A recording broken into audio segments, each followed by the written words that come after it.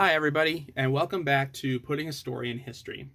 Today's story is going to be about one of the greatest American politicians in all of our history.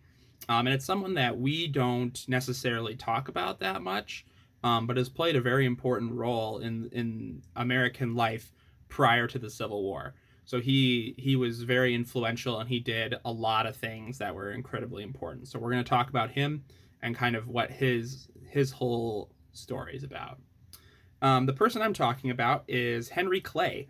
Henry Clay was born in 1777, so he was born the year after the Revolutionary War started, and he lived till 1852. So he lived until about 8 years before the Civil War. So he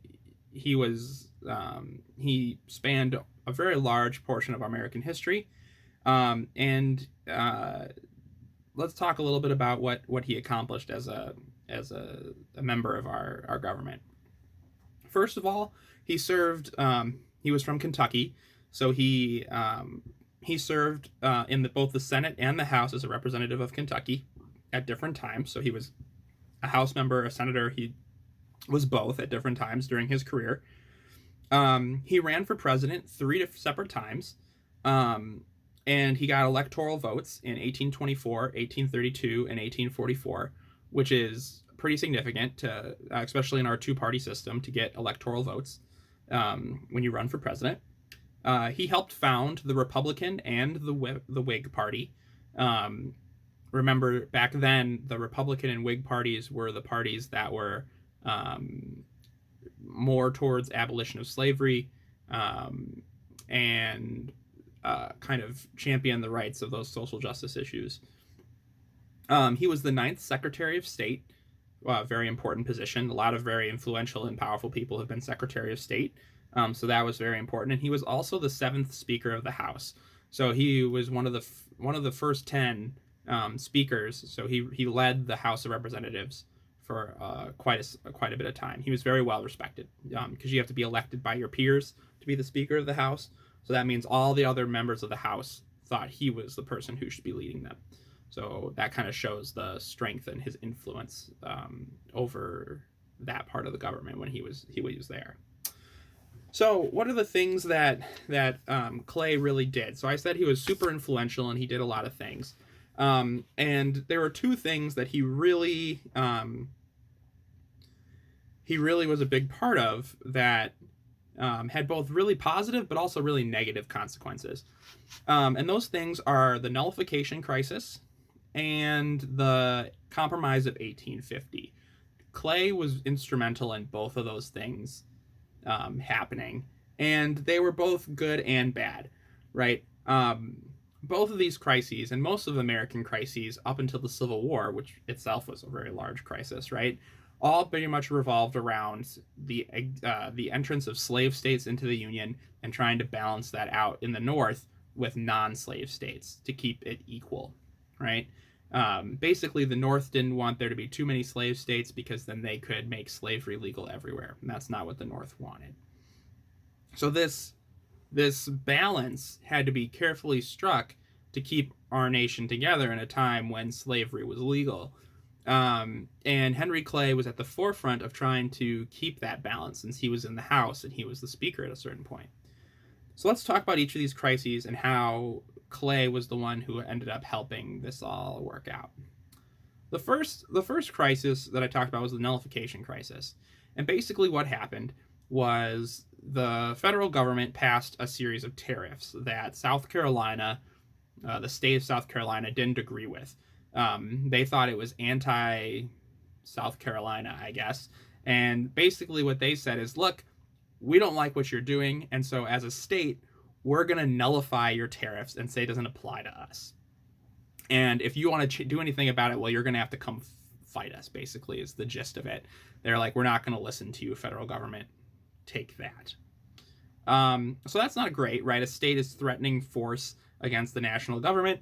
They don't want to follow the rules, right? Because if you remember, if you've been watching my civics course, you know that federal law is the supreme law of the land, right? States don't have the right to nullify federal law like that, but they were asserting that they did, right? They were saying, you guys can't make us do this.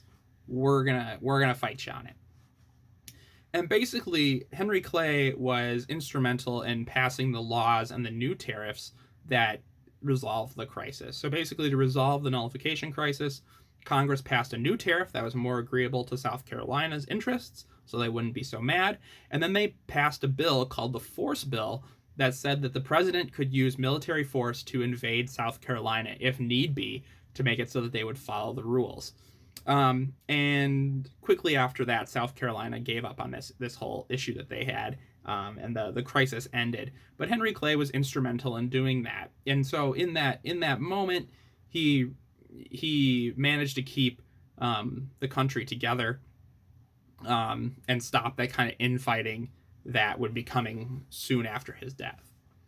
The other big compromise he was a part of was the Compromise of 1850, and this one was about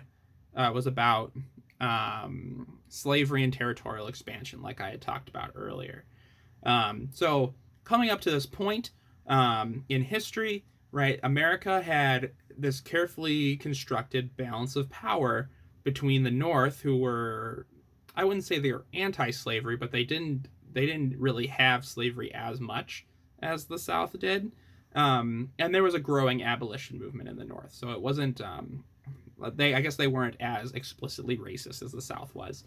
And then in the South, right, they had slavery, they had laws that made it so black people couldn't, vote or do any of these other things, right? They were more inherently racist, right? Because America's always been kind of a shade of racist, but back then it was very open and obvious. And now I guess it is too, so I guess things haven't changed that much. What do you know? But so in the Compromise of 1850, the real issue is that there were new states that wanted to join the Union, and unfortunately, they were all in the South. And so there were issues because if too many slave states joined, they would overwhelm the North, and the North would lose its ability to fight back against some of the things the South wanted. And so politicians were getting a little feisty over that. And so Henry Clay, as the Secretary of the House and as a big member of Congress, helped kind of smooth over this big, hubbub that was boiling over in Congress. And basically 5 laws were passed to kind of smooth over this issue. And they were mostly about how the territories could become states and what would happen with slavery in those territories. He also, to kind of amend things with the North, they passed a law that would end the slave trade in D.C., which is kind of the last holdout in the North, right, where slave trade was illegal. And then also they amended the Fugitive Slave Acts, which was a group of laws that made it so that the North had to send fugitive slaves back to the South. And basically that was being utilized as a way to just kidnap black people in the North and bring them back to the South and have them be slaves again. And so those laws had been amended as part of this compromise. Now, what did the Compromise of 1850 do? Well, really, it just kind of prolonged the inevitable of an actual fight happening between the North and the South over this issue of slavery. And it managed to prolong it for 10 years. So now what is the good and the bad, about this? Well, one, yeah, he did keep the nation together through this compromise. However, the bad thing is if Henry Clay had taken a stand and said, you know what, we're better off without slavery, we shouldn't be having this conversation. Instead, we should be talking about how to get rid of it. Either the fight would have happened earlier, or there could have been a more there probably wouldn't have been a peaceful solution to it. But many of the issues that are happening in America today are because of the amount that slavery was allowed to become entrenched and in Southern society. And we still see it today, all the issues that have become of the Confederate States that tried to leave, and all the issues that have come with it, and the racism that's ingrained in our country. And so Henry Clay, instead of trying to smooth it over, could have instead tried to eliminate part of the problem. And he could have done that a lot earlier too, and he didn't. So he did do a good job at keeping the country together, in that kind of thing. But I would argue that he also could have tried to end the problem in a way that would have pushed the country forward instead of just keeping it together in its regressive policies of the time. Here's some other things to kind of think about for Henry Clay and all the things that he was able to do. He compromised a lot to hold the nation together, which is what I talked about. However, he did so by allowing slavery to prosper and continue to grow in the South, which would lead to bigger problems down the road and even till now. He also, at a certain point during his life, owned slaves, so that's not super great. He was a slave owner. But his policies and his stances in Congress were anti-slavery, which is kind of hypocritical, right? I would compare it to people like Thomas Jefferson and George Washington, who are like, all men should be free, but I own human beings, right? Though, even if they released their slaves upon their death, they still held them while they were alive, right? Those sorts of things are hypocritical to a point where it makes their grand gesture at the end of their lives not meaningful because of what they did during their lives. So that's something that makes Henry Clay a little bit complex, is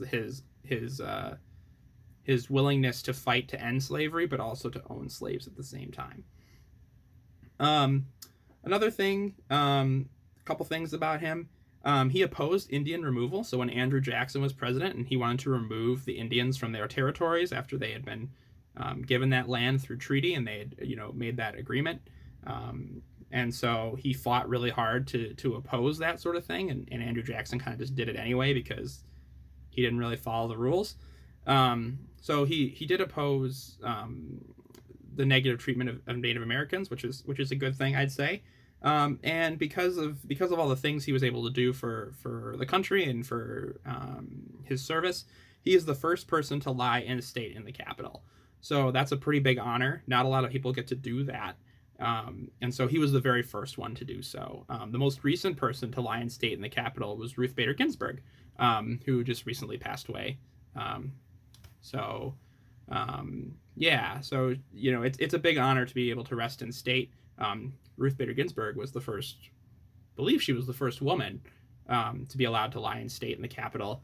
Henry Clay was the first person, period, to lie in state in the Capitol. So he was kind of the trailblazer for that honor in death.